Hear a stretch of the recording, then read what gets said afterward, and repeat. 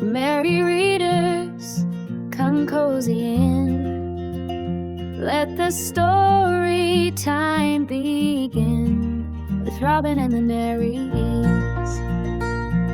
Hi Merry Readers! This is a continuation video for September 22nd on the real-time read of A Discovery of Witches. I just posted the video for chapter 4, so if you haven't already watched that one, feel free to pause this one, go back and watch that one, and then come back here for chapter 5. Just gonna jump right into this chapter. Diana gets back from her experience at the Bodleian. It's just been the longest day ever.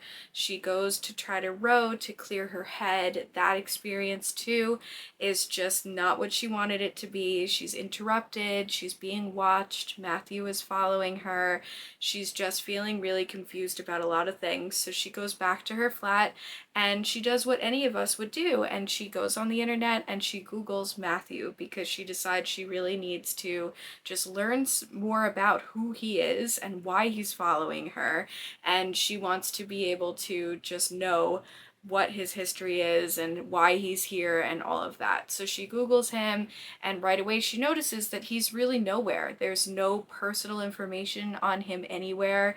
She goes on a lot of the different universities' websites, and all that really comes up are the papers that he's written, a couple of books, and that's it. There's no personal information, there's no blurb, he doesn't really teach students, there's just not a lot there, until she finally comes across a specific article that he did on Norwegian wolves, where there's a lot of buzz around it within the academic world.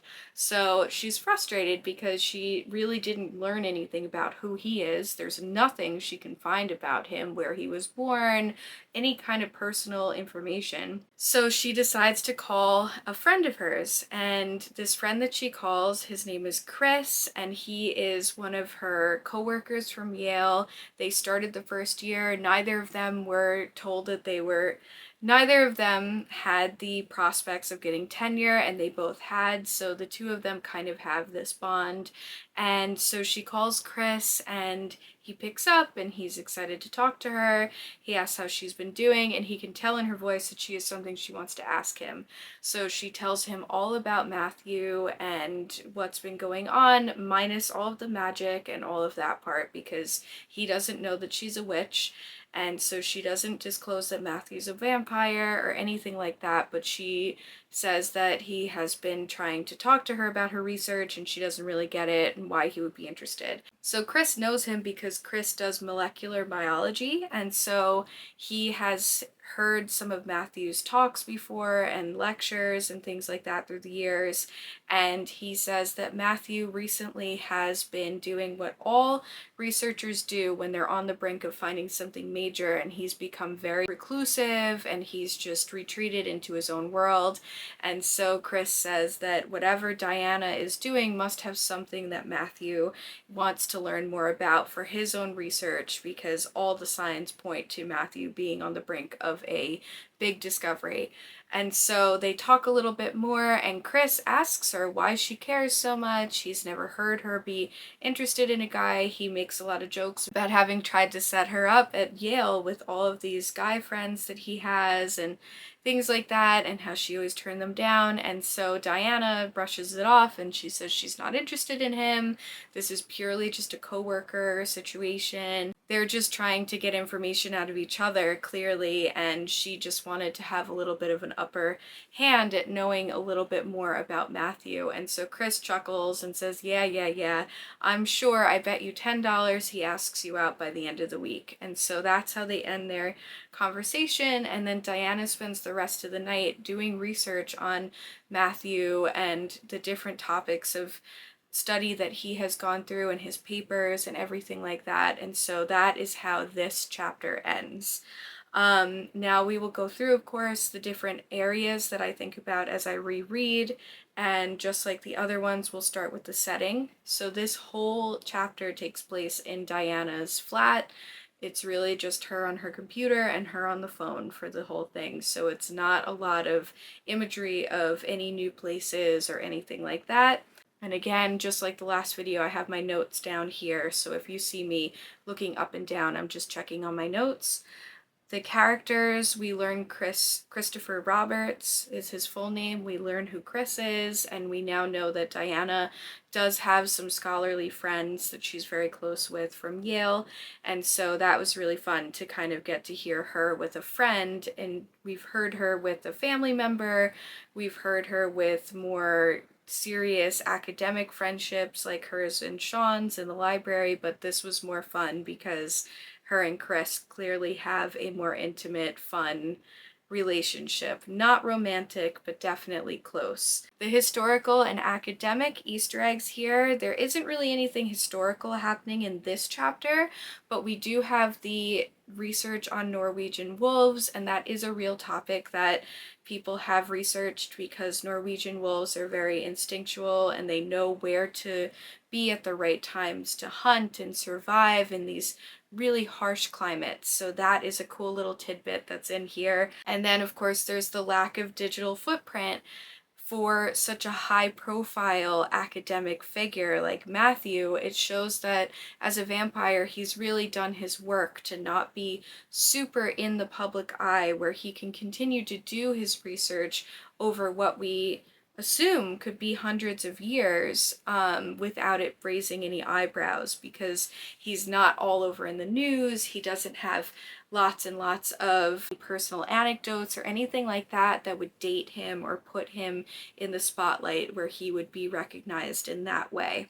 Magic.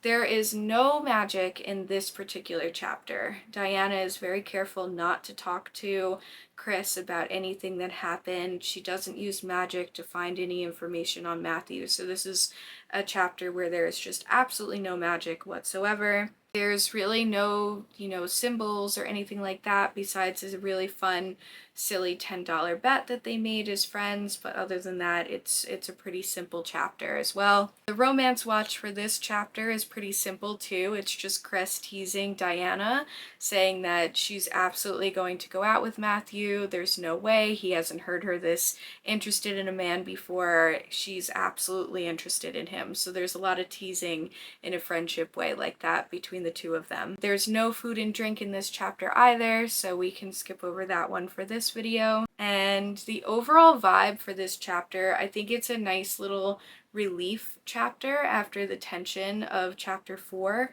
Chapter 5 is much more light. She's in her apartment where we figure she's pretty safe there. She's doing research on Matthew, which is kind of cool to learn a little bit more about him. And then she has this really fun phone call with her friend. So it's a little bit of an out-breath relief chapter for us after all of the tension of the last few. There's some foreshadowing. There's the silly romantic foreshadowing of this $10 bet that was made. There's the foreshadowing, learning a little bit more about Matthew's interest in wolf dynamics and wondering what that ties into being a vampire and why he was so interested in that. Does that tie into Ashmole 782? So there's a lot of questions bubbling there. And then I guess the only other thing is just really that Diana can't stop thinking about Matthew. She woke up thinking about him, and now she's going to bed literally researching him. So he has really gotten under her skin, and that is foreshadowing too, because she cannot stop thinking about him. So the question for this chapter is, if you were talking to someone and you went online and you couldn't find any trace of them at all, besides maybe a couple of work-related things, whether they're just articles or whatever it is, how would you feel? Would you be interested in continuing to get to know them, or would that be a red flag in this day and age and make you feel a little bit more put off? Because it's really hard to do that. Most people have a lot more than they realize online about themselves. That's very, very easy to look up. So I would love to hear your thoughts and anything else that you would like to talk about in the comments below. Come back tomorrow for chapter 6. It will be live at 6 p.m. And until then, I hope you have a wonderful rest of your day, and I'll see you soon. Bye! So many readers, close your eyes. Let the stories lift and rise. Till next time, when lights will gleam.